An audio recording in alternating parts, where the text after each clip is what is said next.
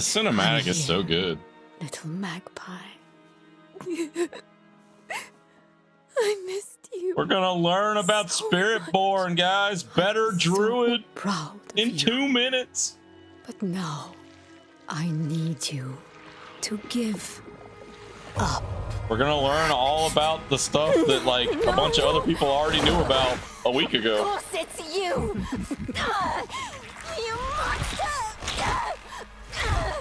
Let go of me! Let's go. No, I don't think it's gonna have pet mechanics. You made a choice. And I warned you, little magpie. I'll be surprised if Spiritborn has pets.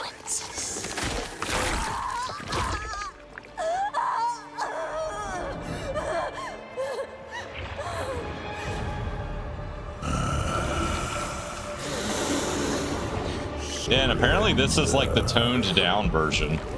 There was a more brutal version of this cutscene that didn't make it to the final thing. Nothing.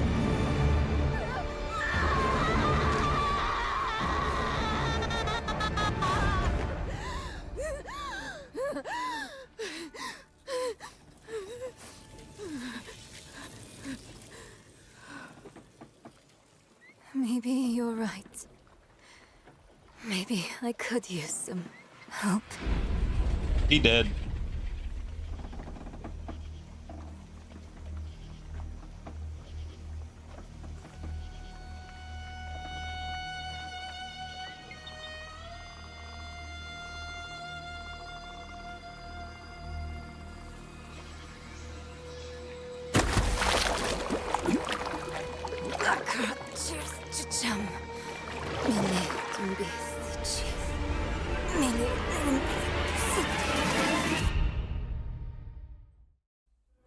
Hello, Diablo community. Whoa. I'm Adam Fletcher, community director for Diablo.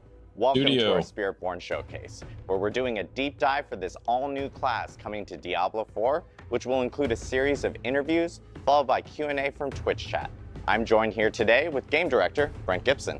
Thanks, Adam. We've been working hard to make something unique for Diablo, and we're finally here to actually talk about it. Brent, I can remember us at BlizzCon where we showed off our very chairs. first cinematic for Vessel of Hatred. Now we're actually here to showcase the Spiritborn for the first time. We're glad to have you back for the full reveal. Thanks. We've set out to make an all-new class that comes from the jungles of Nahantu, an apex predator with a deep connection to the spirit realm. So, without further ado, let's kick off this deep dive. It's gonna be like a druid witch doctor, I think. Only a few among my people can become Spiritborn. Oh man. As children, the most promising face judgment in the mist. Our trial begins and ends with pain. Those who are not called are culled. For the weak, Oh shit. all paths It's end like, here. well, if you're not good enough to be a Spiritborn, you the just die as a worthy, child. Sorry That about your path luck. leads to power beyond compare, and a sacred charge to wield it well. Though the mortal world was designed to break us, our hearts, our minds, It's the Black Panther. our bodies, there is another which makes us bold. We are without fear. We are without equal. We walk with the ancient guardians of the unformed lands. Their power is our power. Their cause is our cause. We forge unbreakable Or it's like- bonds in the spirit realm. To It's like maybe, defeat or maybe it's more like the a horrors monk of witch this life. doctor.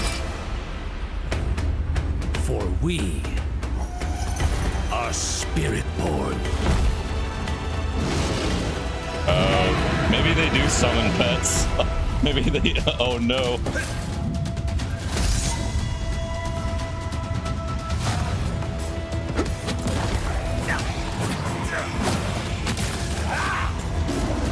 Oh, it's okay. I see. They channel their spirit animals. All right.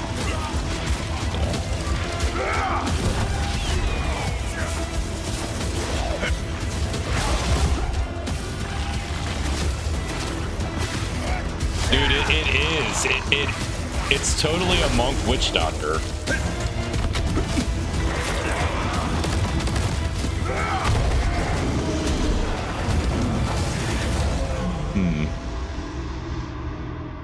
Maybe cool, I don't know. Wow, and there it is, the first look at the Spiritborn, the apex predator from the jungle. Awesome to finally show it off, and what an incredible trailer. To talk more about the Spiritborn, we would like to introduce Eleni Rivera-Colon, narrative designer on Diablo 4. Welcome, Eleni. Hello. Thank you. I'm really excited to be here to talk about the Spiritborn class. I'm also a little nervous. It's okay. We're live. We're doing this live here for everyone. But obviously, Eleni, we just saw here in the trailer. They're in the with, jungle. You know, the Spiritborn, and we saw a little bit about that spirit realm. Can you tell us a little bit more about what that spirit realm is? Yeah, so, I mean, to put it plainly, the spirit realm is a place where spirits go. It's this deeply spiritual place that's a byproduct of Sanctuary's creation. So, as you may know, the angels have the high heavens, the demons have the burning hells, and we have the spirit realm. You know, we're hearing a little bit about the high heavens and, you know, the burning hells here, and players have actually seen both of those places specifically. Kind of like, what does the spirit realm actually look like for players? Yeah, you know, we really love this concept that the spirit realm is shaped by humanity. So if that's the case, the foundation of that would actually be Sanctuary. So you could imagine being in the middle of the jungle and you're surrounded by these tall trees and these ancient structures. And when you cross over the veil into the spirit realm, you're going to see a ghostly reflection of just that. The big key difference is that you're going to see all the spirits and the creatures that exist there. Yeah, there are these massive creatures that protect the realm from spirits they protect the realm and the spirits from corruption. So the Spiritborn class have this harmonious bond and connection with these massive creatures that are called the Spirit Guardians, and they work together toward the land. You know, it's awesome to hear about the Spirit Guardians. Spirit Guardians, you know, people saw them in the they trailer sound a little kind bit of there. a lot Can you like actually tell us a little bit more for about Druid. Who these Spirit Guardians are?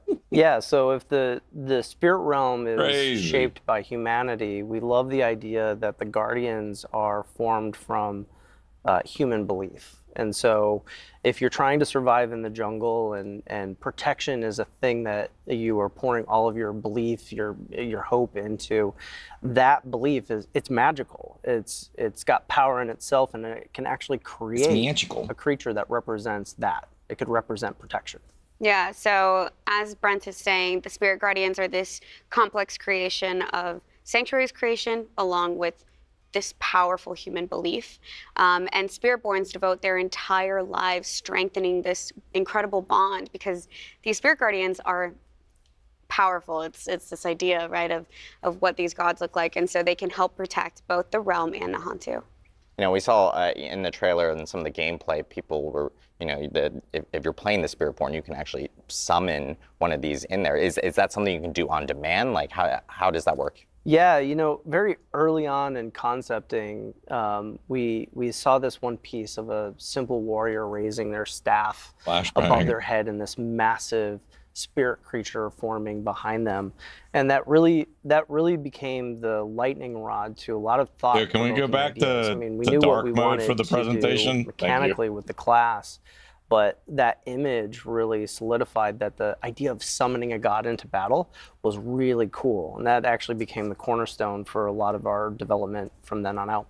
Yeah, so talking about Spirit Guardians and summoning them, the Spiritborn class can summon 4 Spirit Guardians. Yeah, so basically it's a druid that can do something cool. Is Razoka, and this guardian manifests in the form of a jaguar. So the belief of courage and ferocity, striking on the hunt, attacking a kill with no fear or reservations.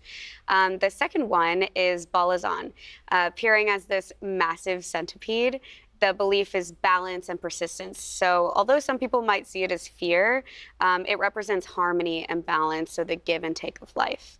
And then we have Quatli. The manifestation of this is a majestic eagle, right? So to represent awareness and finesse, soaring above it all, having keen awareness of its surroundings, and acting with intent. And then the last one is Woomba, this guardian manifests Boomba. in a powerful gorilla, so this beacon of protection and strength, Monkey. and a movable force that holds its ground and sustains under pressure. So it's great because we've heard a little bit about the spirit realm. We've heard about these 4 awesome guardians. Can you tell us a little bit more about kind of the star of the show now, the Spiritborn itself?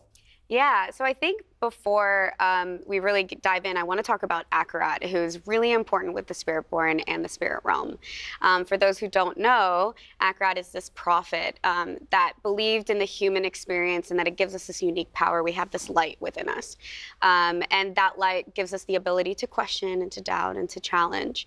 Yeah, you don't have to be a Akarat furry made his way anymore. to Now his you get mother's to homeland summon in the Nahantu, animal he instead felt of this being the animal. strong otherworldly presence, and he would spend a lot of time with one of his apostles, Isavete, trying to uncover what this mystery was. What was this feeling when he got to the realm, or when he got to the land of Nahantu, until he eventually discovers this veil, and that's the veil between the spirit realm and sanctuary.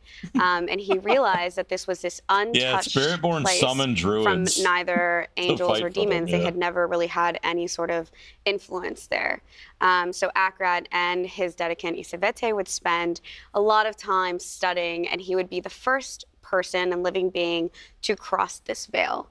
And then after Akarat died, his apostle would then take on the mantle and then found the Spiritborn traditions that we know today. I gotta be You know, honest. hearing about the Spiritborn, and of course, I mean, I'm sure Spiritborn's this is a okay burning and all, but, question like, from the community. But why didn't we just the get Sanctuary has a Paladin? long and storied history. Like, why couldn't we just get where have Paladin the or Spiritborn been Crusader throughout all again? of this? Yeah, so for Because anybody literally who this class knows feels like it's just the stepping lore on, like we're of talking about, it's Diablo, just stepping on the this toes of region other is no classes. stranger to Mephisto, right? So if you go back to Diablo 2 and you look at the story there, his know they wanted original something new, but, soulstone was like, imprisoned in this place. And its presence corrupted the I don't Zacharian know, faith, man. it corrupted the region, and the Spiritborn remember this. And so over the course of what's been Part of happening me feels like the before, class is like they've kind of like decided to out stay of- at out arm's of length place. out of fear It's like it is and it isn't. that history might repeat itself. like it makes sense from Yeah, lore. so, They're like I said explaining it like a before, lore perspective this and is stuff like an that. It's fine, untouched but realm. It's I don't pure. know. This is something so sacred. And with Nerel coming back with the Soulstone, this is a huge problem for the people of Nahantu, but specifically the Spiritborn that are trying to protect this land. Yeah, and at this point, Yeah, I mean, with we'll, him we'll back, wait and see they what the have abilities no and choice stuff but to are. rejoin the right? fight. Yeah. Yeah, it's incredible to hear more about the Spiritborn and where they originated from. And of course, thank you, Eleni, for taking us into the spirit realm in itself. You know, we've talked about the new class and how that was created and what they've been up to. Next, we're actually going to take a look at how the art and concepts were designed. Like right now, it feels like it's like a monk, witch doctor, druid.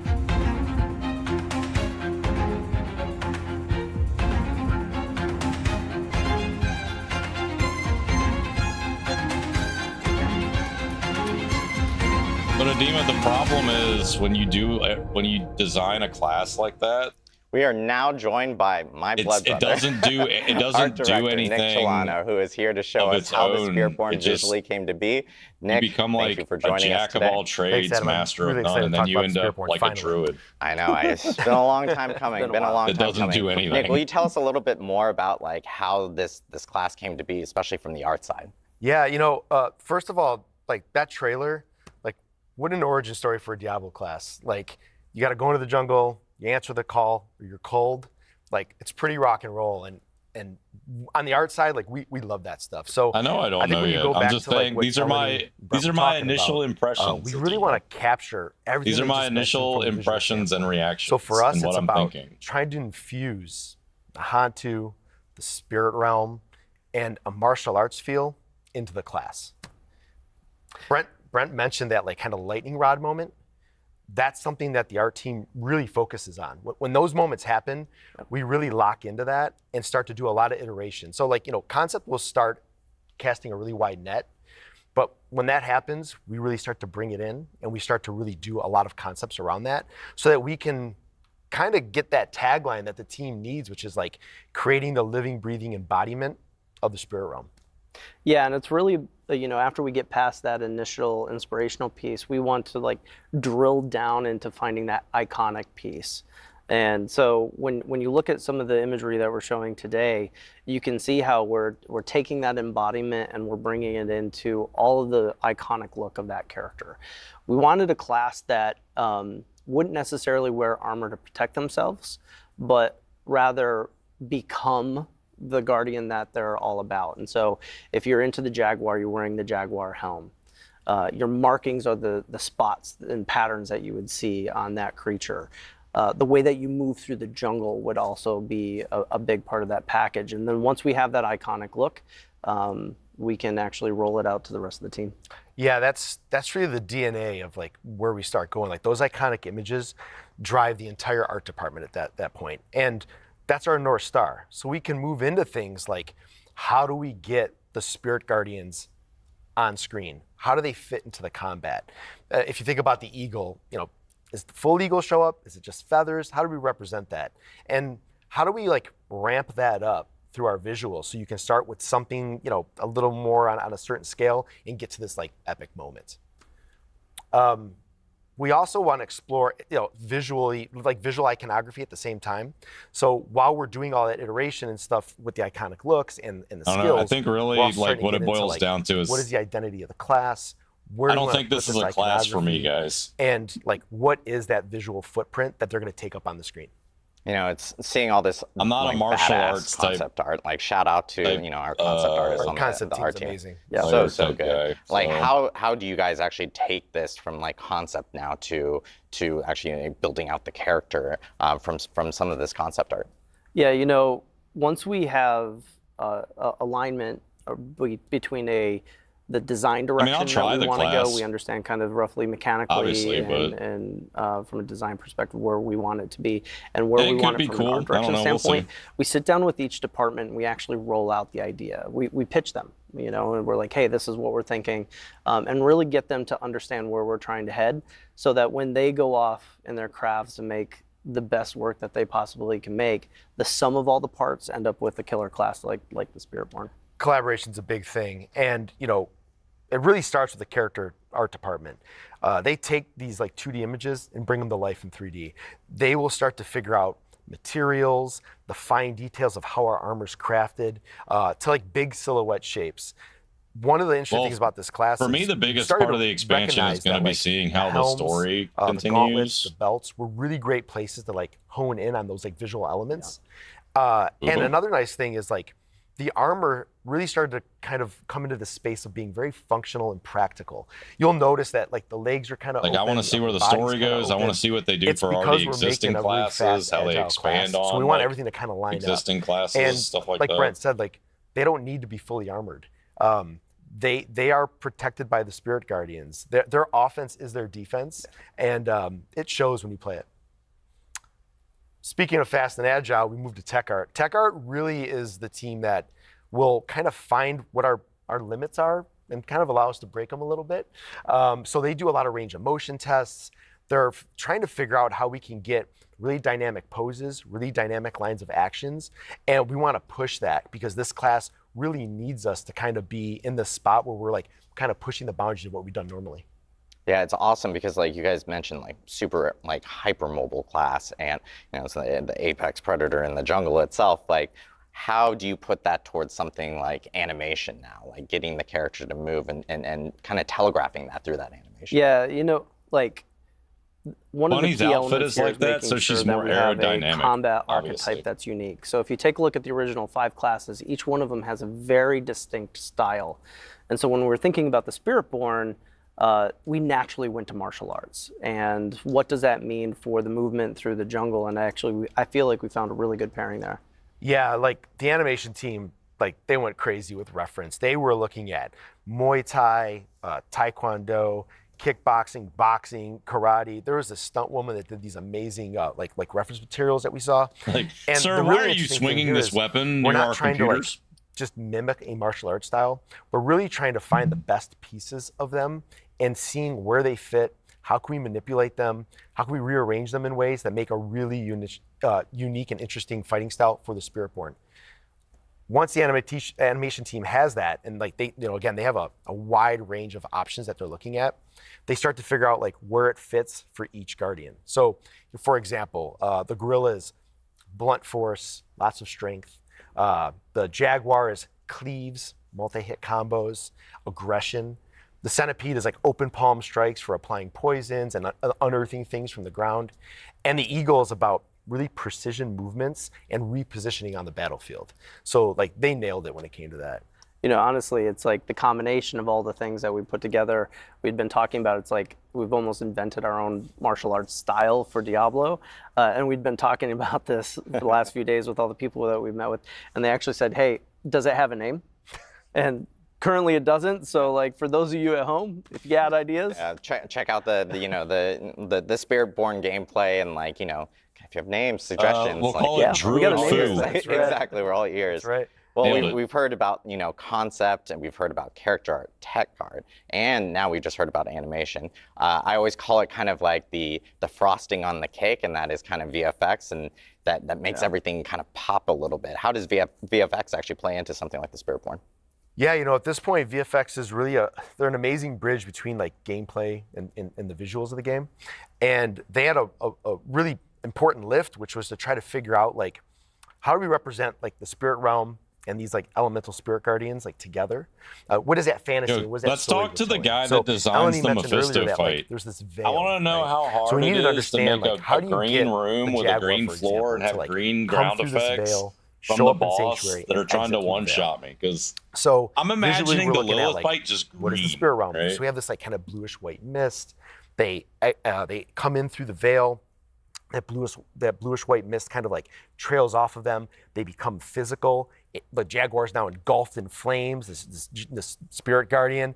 It effects kills look everything on the cool. screen that you can that's around it, and then it exits through that veil and kind of like transitions into that blue-white mist again. That's a fantastic story for us to tell, and it also allows us to start to understand like what are our pieces with the VFX and how to then ramp up our basic skills to be maybe lean a little more into the elemental side. Our core skills, we start to like kind of blend the two together. Maybe it's like the gorilla fish show up and they look like that spirit element. Well, let's and then see. They, What then damage into the types is he ultimates going to where do? Physical? It's just like our spectacles like ramped up. Fire? And to be honest with you, like Poison? when it all comes together, like there is a feel to this class I that think is really awesome. doesn't each class only really does like 3 kind different of like damage types, inherently right? martial So arts that's has a probably all he rhythm and does. cadence Physical to it. fire and poison. This class has that. It's fantastic to look at. You feel it when you play it, and the art team, they killed it. They did a fantastic job. Yeah, I gotta give another shout out to the Diablo 4 art team. Absolutely killed it. The Spiritborn is fantastic. It's great to look at, great to This play. fire and druid But damage. Nick, thank you so much 17 for damage. walking us through the creation of the Spiritborn. Reminder for everyone It was watching from seven-sided home, strike, we'll actually be holding DJ. a Q&A at the end of today's Spiritborn Showcase, similar to how we always do with all our live streams. You can drop your questions in the Diablo Twitch chat, and we will try to get to as many of them as possible towards the end of the show.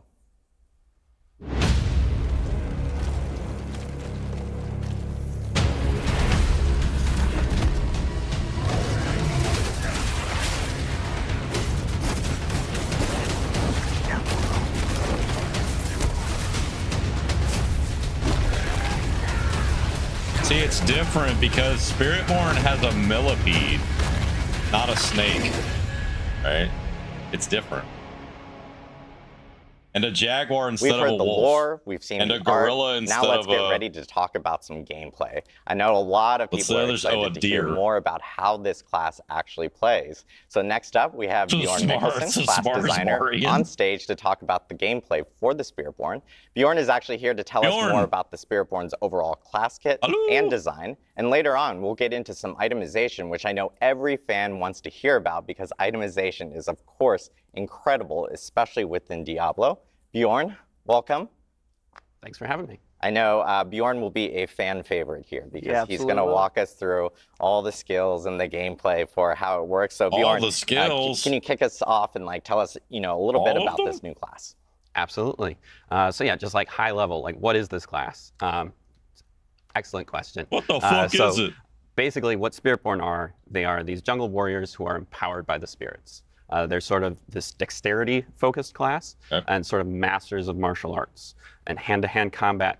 And so what they do is ultimately all of their actions and their movements, they sort of resonate with the spirits to form sort of these unique combat styles as they're fighting. They sort of mix and match them to hit whatever sort of build they need.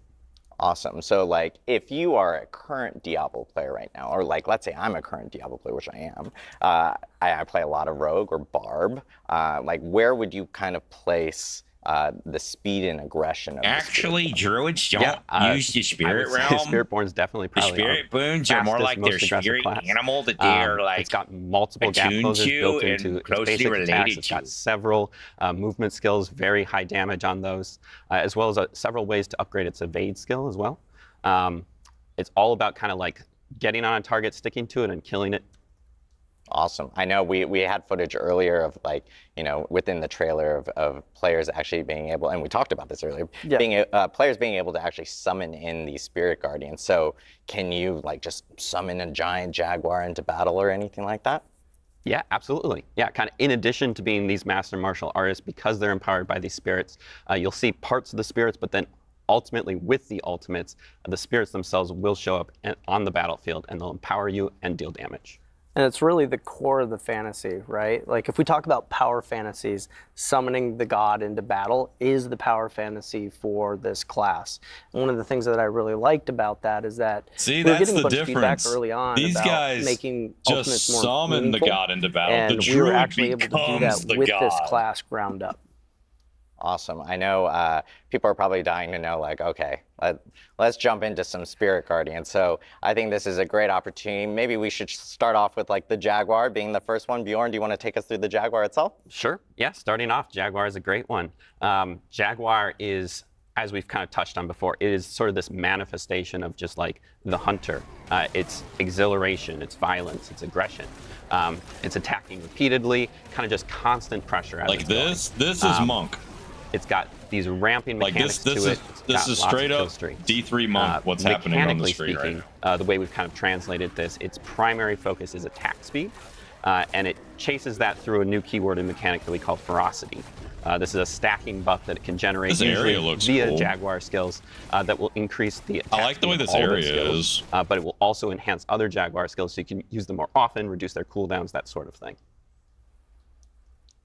Moving on to an example, I guess, of a Jaguar skill. First off, here's one we have Ravager. This is a new type of skill we're adding to the game called Incarnate skills. They all have a passive and active effect.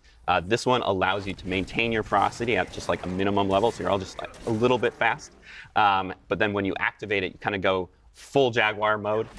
It gives you additional attacks, kind of like whenever you hit something, it does an extra strike. So it can even turn like skills that are like deal a little bit less damage, they can now deal extra damage just whenever you hit something. Moving on to another skill, we have passive- Rushing Claw.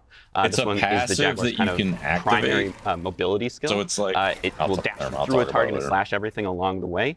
And the key to this one is you can kind of use it over and over and over again, like multi-strike your enemies. And then finally, of course, we have the ultimate, the Hunter. This will actually manifest the Jaguar onto the battlefield. You'll leap through the that's air. that It's one, also okay. a movement skill. And when you land, the Jaguar will destroy everything. And it also has upgrades to kind of help chase the kill streak vibe. There's a chance to reset the cooldown after you kill something with it. Yeah, so if you look at all of these things as a package, So it's you start to see almost a combat Crusader from archetype built D3. into They had these each Guardian passives that you could themselves, and that was have. actually something that was really important to us. That would just always do if you were something, but then you could speccing also into activate the it to do Jaguar, something else for it's a important limited to those amount of types time. Of players who So do they're wanna also keep stealing from the attack speed up, Crusaders. that do want to keep their kill streaks going, and you're going to see this as like a through line that each particular Guardian will have their own thing. Yeah, I'm a huge fan of the fast, Yeah, they're- frantic or gameplay, and I will Druid say companions, I have yeah. a little bit of bias towards the Jaguar for sure. But I know we want to go on to the other Guardians for sure. I'm interested in the and Millipede for and all the our Monkey. tanky friends out there. Bjorn, do you want to walk us through the Gorilla? Absolutely. Yeah, moving on to the Gorilla. The Gorilla, core concept behind protection and defense, but it's not just like passive defense. This is a very active defensive play style where you're shrugging off the damage, but you're also returning it to your attacker. So it's really got this kind of core of like retribution also sort of built into it. Its core mechanic and stat that we work with is damage reduction. It chases us in 2 ways. One is through using block, sort of actively blocking damage, as well as can block. second new keyword So, mechanic all right, so called Resolve. Spiritborn can block this is while also using a stacking two-handed buff, but this weapon? one falls off whenever you Okay. get hit. So it's really important to keep stacking it and kind of keep stealing yourself and building your resolve back up. But as long as you have any stacks of it, you get the full damage reduction bonus. So moving on to just a couple examples for guerrilla skills. Starting off, we have Crushing Hand. This is their core spender skill. Kind of just does what it says. We'll smash your enemies to pieces. Okay. Kind of neat thing about it is it's actually 2 separate attacks that kind of overlap in the middle. All right, guys, so I'm you can in. sort of prioritize a single target and deal double damage to it. Another I'm gonna be a attacking skill that we monkey. have. Monkey This one's Payback. This Spiritborn. one really leans hard into the sort of aspect of retribution that we have going on. This one will deal a large amount of damage, and that damage will ramp up the more something has hit you. So it's really good for just like ending a fight if you need to. But also like as things are hitting you, that will reduce its cooldown. So kind of you have this flow of like being able to sort of like end fights, but also kind of keep hitting as you go. And then finally, again, we have the ultimate skill bringing in the gorilla itself. The skill is called the Protector. It creates a large protected area on the battlefield that will grant you barrier while you're inside of it, as well as several other defensive bonuses that you can spec into with it. And the gorilla will just smash any enemies that try to come and harm you while you're in it. Yeah, if you like that bruiser archetype, like this is the build for you. It is definitely about Oh, that. give I and take guess of that's what damage. I'm playing, I mean, you guys. said it We earlier. figured it out. Anyone who's been looking for a tank or a tank-like build in Diablo, this is the one that you're going to want to spec into as a part of your kit. Yeah, it sounds like a really unique way of being able to, especially But for I think tank the players, question like, is bring the why, damage to like, enemies and stuff like that. You don't which is need a tank. so awesome. in So, D4. next It's not like you onto can our third taunt guardian, bosses for of people. course, we have the Eagle. Bjorn, do you want to take us through the Absolutely. Eagle? Yeah, so the eagle, kind of soaring above it all, we've got this guardian that represents precision and accuracy and kind of finesse. Its ability, its freedom of okay, movement, so he's like gonna a do lot physical, of the movement that the class has is very aggressive, fire, very in your face, and the eagle really electricity, is able to kind of take and that to poison? another level and kind of go wherever it wants. In addition to that, it can also sort of like extend its attacks to sort of pseudo-ranged playstyle. Allows it to really like prioritize a target and sort of like hit from anywhere. So its core stat that it cares about is movement speed. That allows it kind of, like I said, able to kind of go anywhere it wants and sort of tactically reposition on the battlefield. And it also has several ways to sort of amplify its evade skill, adding damage, that sort of thing to it. So moving into just a couple examples, we of course have to start off with Soar. This is sort of Spiritborn's premier mobility skill. Takes you up into the air, out of the battle for a He can second. teleport able to dodge too. mechanics with that if you need Nice. to. But also, because the Eagle is all about kind of those big impacts as well, it will create a target area where you're going to come down and make those enemies vulnerable so that it just amplifies the damage when you land. Moving on to another example, we have Razor Wings. This is a damaging skill for the Eagle. This one has kind of this cool back and forth where it sends it out, allows you to hit something at range, but because it pretty also cool. returns to you, it sort of rewards you for the Boomerang. tactical positioning on the battlefield, so you can sort of line it up so it'll hit different things as it comes back. And then, of course, our ultimate skill, the Seeker, bringing in the Eagle itself to just annihilate your enemies with damage. Like, you can cast it anywhere on the battlefield. It charges class's up and it abilities blasts look off. really The cool. blast can be upgraded to be a guaranteed critical But, I strike. mean, and were while we it's on the ever really battlefield, it will also make everything vulnerable doubting for that you. the visuals would be great? This is also like one of the first ultimates that we have, which will have multiple charges. So you can kind of use it back to back or like prioritize a target with it. And there's like a lot of player agency with that.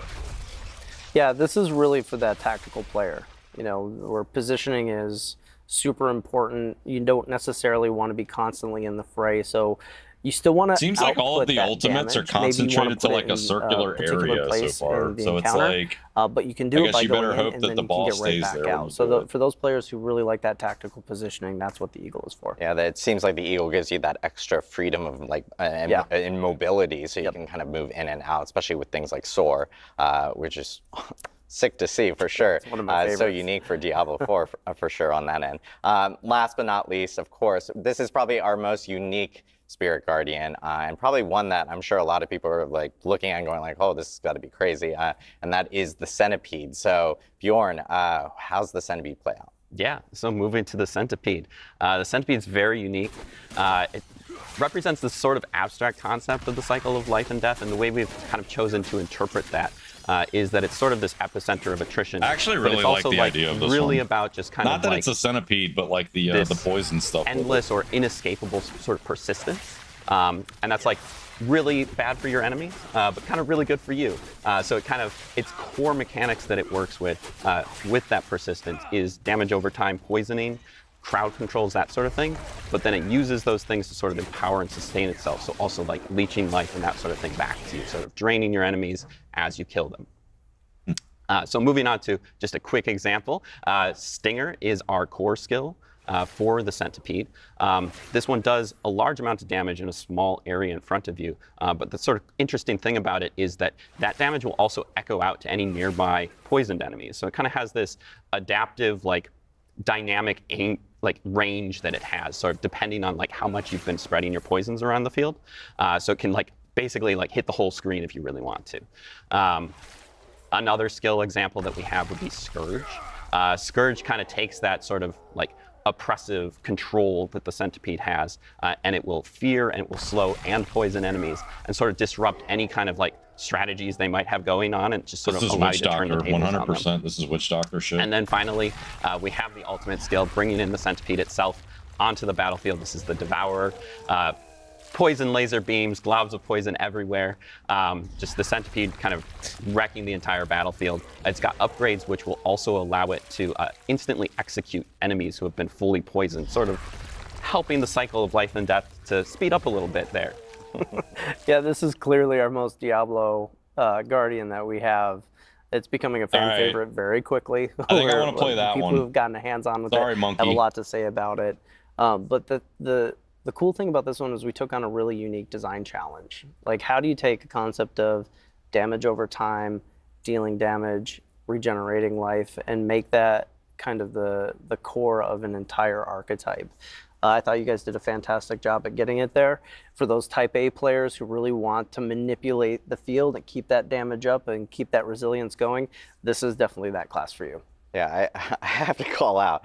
It's so crazy seeing a giant centipede behind me right now. But I know a lot of players at home are probably looking at each of these 4 Spirit Guardians and they're going like, hey, this is probably the one I'm going to go with, just seeing some of the gameplay and some of the play styles. But I think one big question that probably a lot of people have is, are you kind of forced to go down one of these, or can you actually do some mix and match, or how does that work? You know, freedom of choice is really important for this class. So if you want to go all in on one of them, go for it. Like, there's no problem in doing that. There's benefits that you can see from it, but there's also benefits from mixing and matching. Like, we wanted adaptability and hybridization to be at the core of this class. So it's been a goal from the very beginning to actually get that there.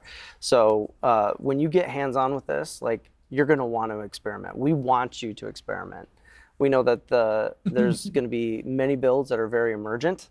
And I actually can't wait to see some of the cool stuff that people come up with once this goes live. Yeah, exactly. Like, AKA, at its heart, I can't wait to see what stuff is all stupid, about, like, stupid broken. sort of expressing yourself. And so, like, whichever spirit sort of resonates with you, we really want to allow you to mix and match them kind of to your heart's content, and sort of make that play style choice like fully customizable. And the primary way that we're doing that, or the main way that we're doing that, is the Spiritborn's class mechanic called Spirit Hall. The way the Spirit Hall works is you start your journey off by choosing one of 4 bonuses at the top, the primary bonus. This is a like massive bonus that will add sort of a thematic effect to all of your skills of that type. So like an effect like the Jaguar will add extra strikes and that sort of thing to all your Jaguar skills. But a subtle but very important extra piece of this is that we'll also add that spirit's tag to your entire skill kit. So every single part of your skill kit now has the Jaguar skill. And so even if you want to use like centipede skills, you can still sort of hook into various parts of the Jaguar using this bonus. Then later on in your journey, you will unlock a second bonus. This is a set of 4 distinct bonuses from the first. Each of these kind of has a tie-in with the sort of core mechanics of each of the spirits. So we mentioned before sort of the new keywords that we were introducing, like with the Jaguar has ferocity, the Gorilla has resolve, those sorts of things. These give you an opportunity to sort of mix those into your kit, regardless of like if you are using those specific skills or not, and sort of like add that extra layer on top of your build. And when you're choosing these spirits, these can absolutely be the same. You can pick gorilla and gorilla, jaguar, jaguar, or you can mix and mash them. And it's really important that like they all kind of flow and work together. So if you look at the nesting doll effect that we have of your skill tree, your class mechanic, this can get complicated very quickly. And so one of the things that the team took on was this idea of finding what resonates most with each guardian, and how do we create some level of overlap so that we can have some synergies between Don't worry, Cokeless. Maybe they're going to just do an overhaul of Druid for as the we hit, like X-Pack. each of these has like very clear themes, right? You've got the jaguar with its attack speed, you've got the gorilla with its protection. You can definitely build into those, but it was important for us to sort of establish that these spirits, they don't exist like in isolation from each other. They have overlap. They have things that they both care about, and that allows us to sort of create these very hybrid-esque builds that work together. You know, just like an example, right? You've got like the jaguar is a hunter. It's all about aggression and kind of chaos, and that's a thing. It loves that. But as a hunter, you're also sort of providing, you're also sustaining yourself, which is a thing that the centipede also loves to do.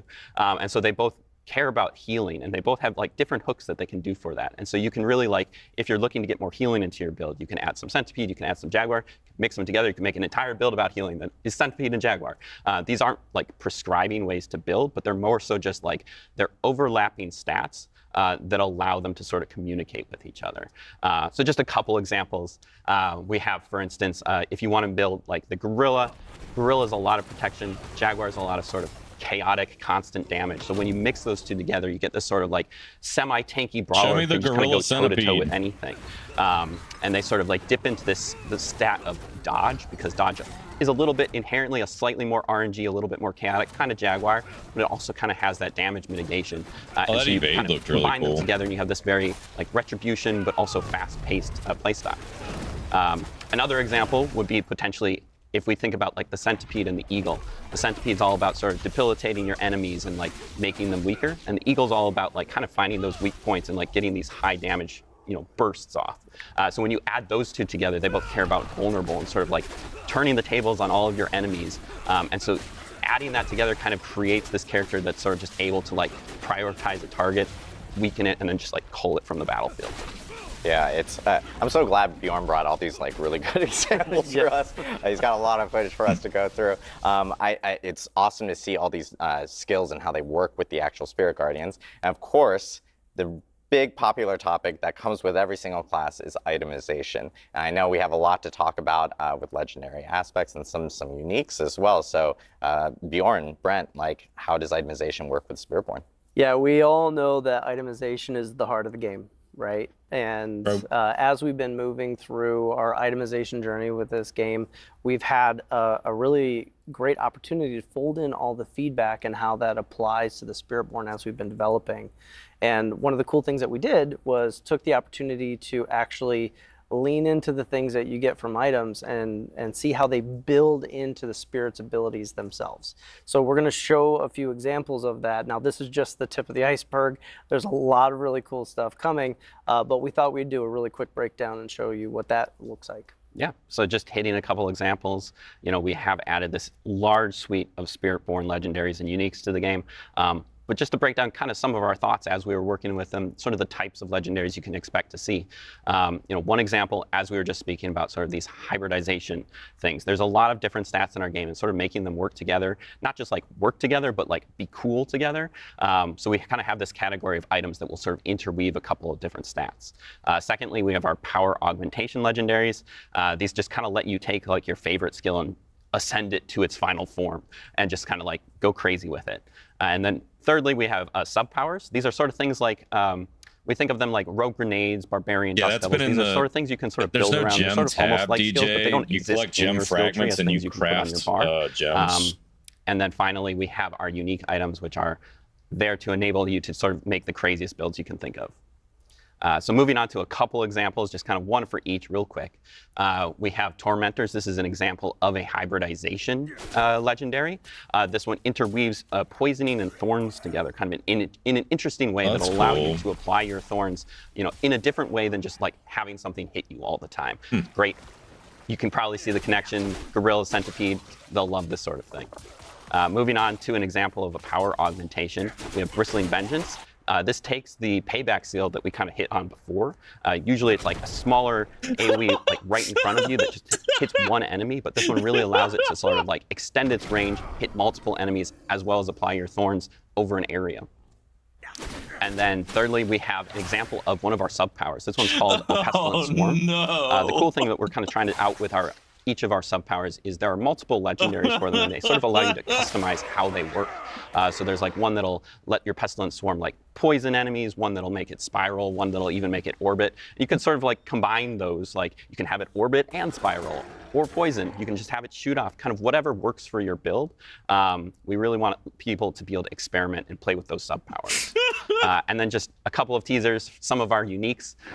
These are some unique boots that basically allow you to override your invade skill with Soar. Just get the ultimate amount of mobility you can think of. The neat thing about that is also that it allows you potentially to take Soar off your bar. You can't let it go, but you at least kind of get to keep it with you in that evade slot. And then another example would be our unique quarterstaff. Which is one of the 2 weapons we're adding with the Spiritborn.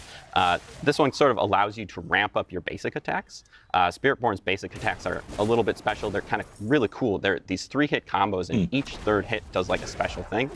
And this specific unique basically lets you get that third attack all the time. So then we have to take their third attack and make it a triple version that almost turns them into a different skill entirely.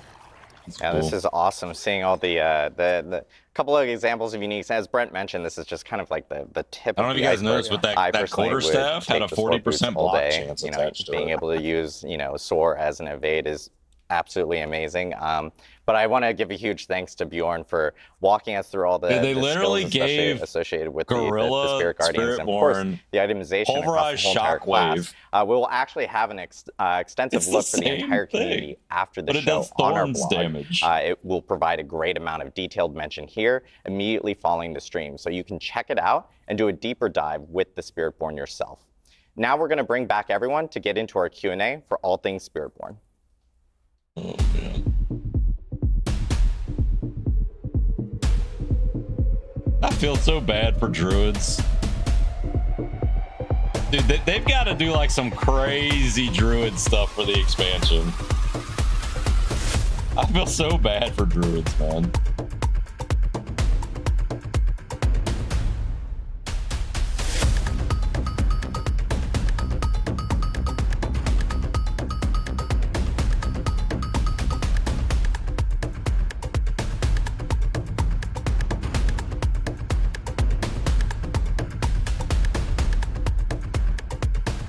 My initial impressions right now, I think I want to make a Gorilla Centipede Thorns Spiritborn. I think that's what I want to do.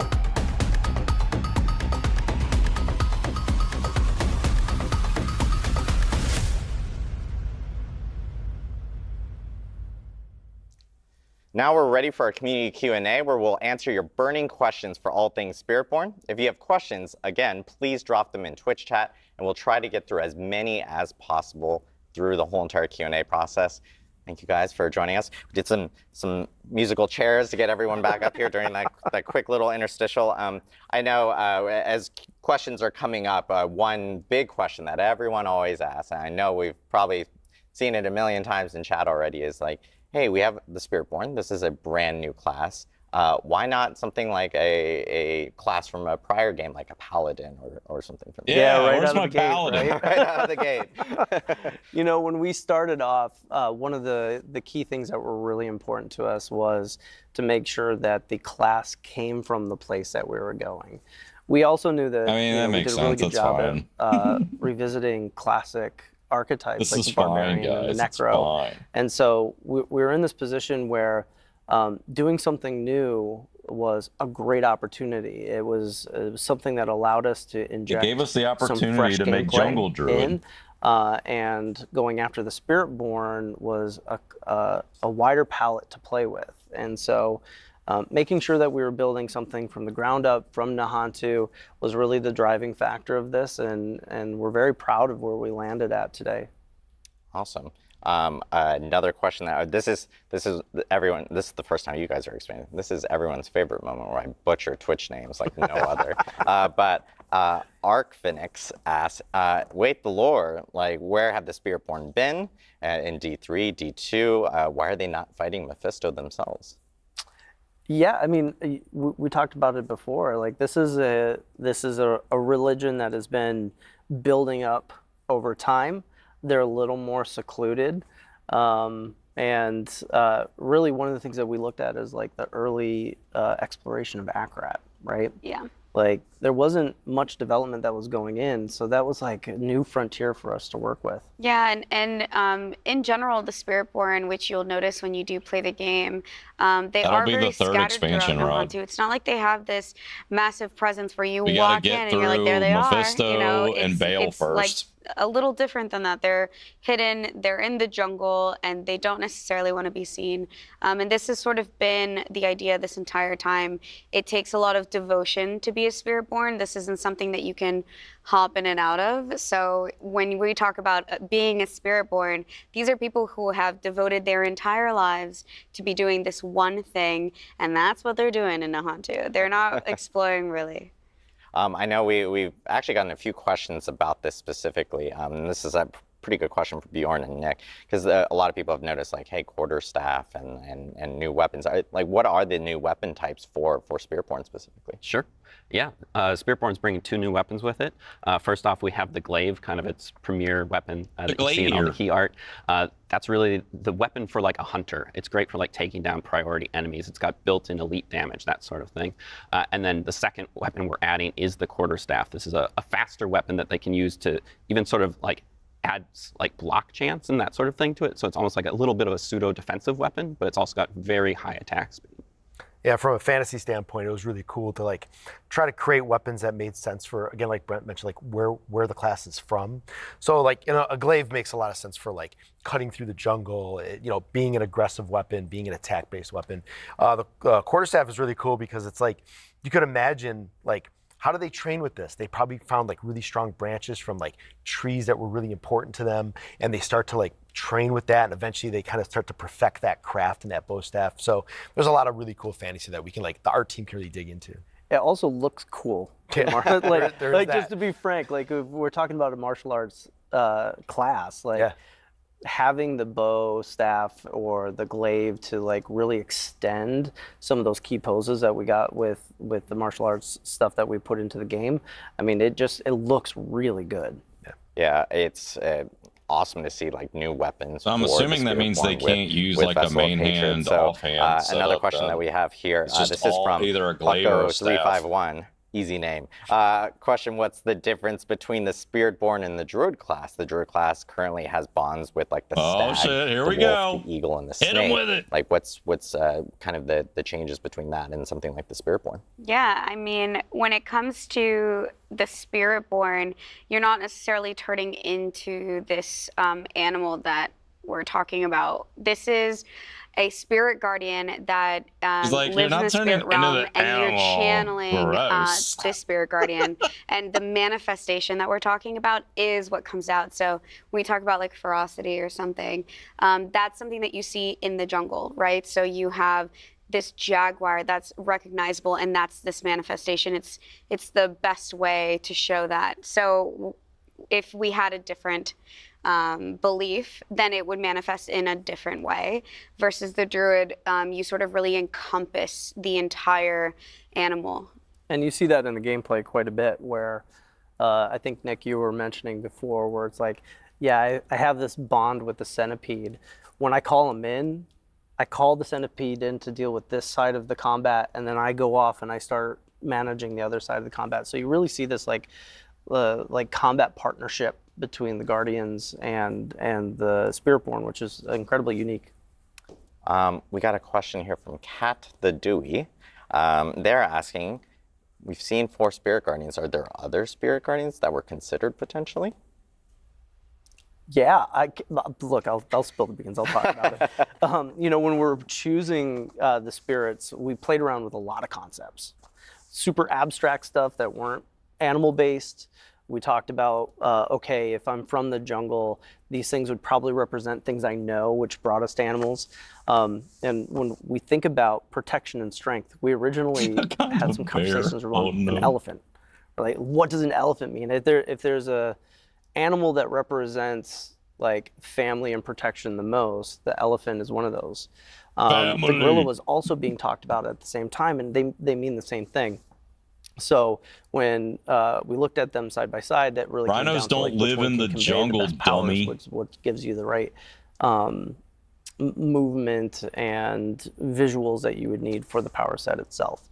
Yeah. So yeah, I was go just ahead. gonna say, Yeah, like, we spent a lot of time trying to figure out, like, there's a lot of collaboration, and sometimes art will inform design, design will inform art. So I think this is a great spot where, like Brent was saying, like, we're looking at a lot of different things, but like when you think about Nahantu, when you think about like the canopy of the jungle, and you start thinking about how does that protect what's in the jungle, like the gorilla just made a lot of sense, like thematically. So like we start to find those moments, right? And you think about the centipede, it's like there's like the ground and the roots of the jungle, like what comes up, there's insects. So, you know, we spent a lot of time like exploring that. But when you think about the gameplay connection, poisons, fears, right? The centipede, that this like life and death kind of cycle they talked about, like the centipede makes a lot of sense. So we really start to try to connect the dots in really interesting ways. And those are the ones that really stick. fictionally, the idea that these things are created based on human beliefs, we believe in more than 4 things, right? So the idea that we could expand this out well beyond the class, we've developed more lore than you're actually going to see in the game for the Spiritborn, because we want this thing to live beyond just Diablo 4. Awesome. I know this one's a little bit for Bjorn. We'll test his skill knowledge here, but a question from Churney Fire was, does the echoing poison effect work on enemies not poisoned by you? Is there like a radius limit? Like, how does it work specifically? Yeah, there's a small radius limit to it, but that can be extended through things like tempering and that sort of thing. It will do any poisoned enemies on the screen. Oh, nice. That sounds crazy. So yeah, and then the TLDRs, we have a Druids are in falling out of shambles. the spiral. This one's a lore question specifically. Did Mephisto know about the veil between Sanctuary and the Spirit Realm, and like the corruption within the jungles during Diablo 2? Like, was he able to sense it during that time? I know we had talked about like the Spirit Realm being this pure and like untouched place. So. Yeah, we can definitely assume that Mephisto knew there was something there. When it comes to the lore of Nahantu, there are a lot of protection that happened during Mephisto's corruption. He wasn't able to break through the veil, so that is something that, you know, that's why it's so dire now. But definitely he had this feeling for sure. Question for not MVP. How does the resource for the Spiritborn work? Do they generate it like passively, They use or this, how does that work this specifically? resource called the Spiritborn's primary Spirit. resource is called Vigor. It does not Vigor. inherently recharge passively. You'll generate it by using your basic attacks. But sort of like the key with Spiritborn being very customizable, like one of the first choices that you'll be able to make in your tree with your basic attacks is you can sort of like customize like how you will build the spirit beyond that, whether it's like by poisoning enemies or by blocking damage, that sort of thing, to really like kind of make the resource work the way you want it to work. And then later on, there are also some uniques that will allow you to further customize sort of like Druids how your already build use influences Spirit. the resource generation.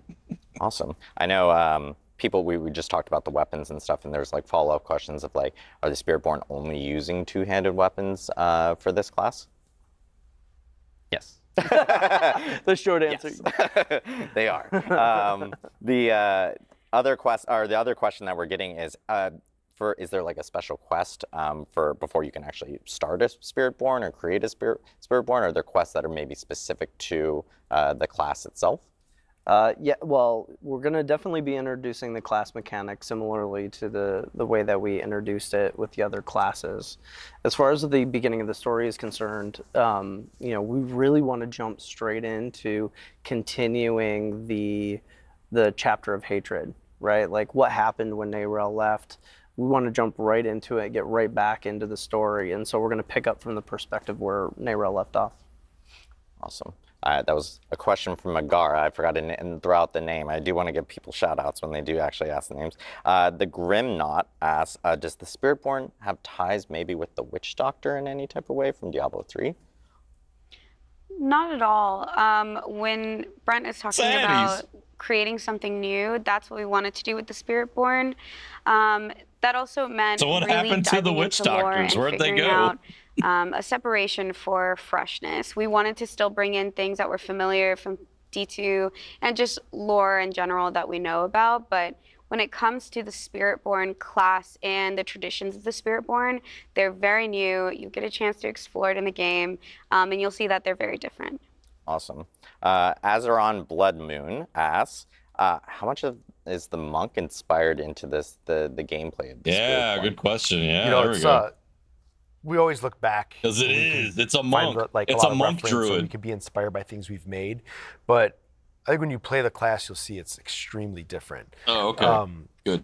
It's so unique, it's so fresh, and it kind of carves its own space in our kind of lineup that after an inspirational point, maybe of looking at like martial arts, I think that's the after you core, play it for a just while, kind you'll of see goes it's off in its own actually just direction a and druid, kind of but good. redefines that space. We're gonna. Oh, sorry. Go. No, well, go I ahead. definitely want to add to that. Is like I don't want to be shy about the fact that we know what works mechanically in the game, and so we're constantly looking at inspiration for the existing classes, for the new classes, on what works. I don't know, guys. Maybe Penny will play a Take that Spiritborn. He'll play inspiration and then, like, Eagle Spiritborn. take a right turn I and can see actually that. amplify He it likes or take it birds. into a slightly new direction that makes it very different. I know we have time for one more question. This is a question for everyone here. What is everyone's favorite spirit? I've already yeah, revealed true. mine, It's which is not Jaguar, red. But like, what is everyone's favorite Damn. spirit guardian here for the Spiritborn? I mean, I can start. I'm gonna cheat. I'm gonna say 2. I love the Jaguar as well, but it's just a little bit too chaotic for me, like inherently, and so I love to just like mix the Eagle in there as well, just for a little bit more control, a little bit more like freedom. Gorilla. I mean, when I saw it show up on screen, Amen, beat its brother. chest, and it was just awesome. It was like, that's it. I knew it. We're like wrestling buds, you know, where we talk about wrestling all the time. I'm not surprised Nick is about like. the We gorilla. wrestle Not in the surprised. Blizzard shower room all My the favorite time. guardians are Quatli the eagle and Balazon the centipede. I just love the poison and it's sick. Like it looks crazy. Yeah, for me, Jaguar, like it started with that iconic piece. Yeah, sorry, we're gonna have to share a little bit. Hold on a second. But but like the movement, it's such a pace changer for the game. Like once you get into it, it's got a very addictive flow, and so I'm all in on the Jaguar. Well, it's awesome to hear everyone's favorite Spirit Guardians. I do want to thank you all for The Centipede jumping is one in of the Spirit for this Guardians. Q&A. Before we do close out the stream, we did want to let everyone know that we'll be sharing more about Vessel of Hatred at Gamescom this year on August 20th. But you'll actually have a chance to attend Gamescom yourself and play the Spiritborn in person. We're actually sending 5 lucky players to Cologne, Germany to play the Spiritborn at our Gamescom booth. Oh shit! in person. I should apply. Make sure to check out our Instagram at Play Diablo and read our blog for full details on the contest after the show. Everyone on the Diablo team is incredibly excited for you to check out the new class coming with Vessel of Hatred on October 8th. And of course, you can pre-purchase the expansion now. Stick around to check out our Diablo creators, Rax, Woody, Macro Bioboy, and Fame. They're actually upstairs right now, streaming live here at Xbox Studios with Spiritborn gameplay. Also, shout out to Xbox Studios for hosting us. We really appreciate it. And of course, you can check out Kind of Funny Games after the stream, where they'll be live chatting with Rod Ferguson, GM of the Diablo franchise. Brent, Eleni, Nick, Bjorn, thank you for being here to walk us through the Spiritborn. And thank you all and everyone at home for tuning in. We'll see you in Nahantu. Pretty good. I think it looks cool. It is kind of stepping on the toes of some other stuff, you know. I'm gonna try it. I think I'm gonna do like a gorilla centipede thorns thing is like my initial thing, I believe, that I would want to do.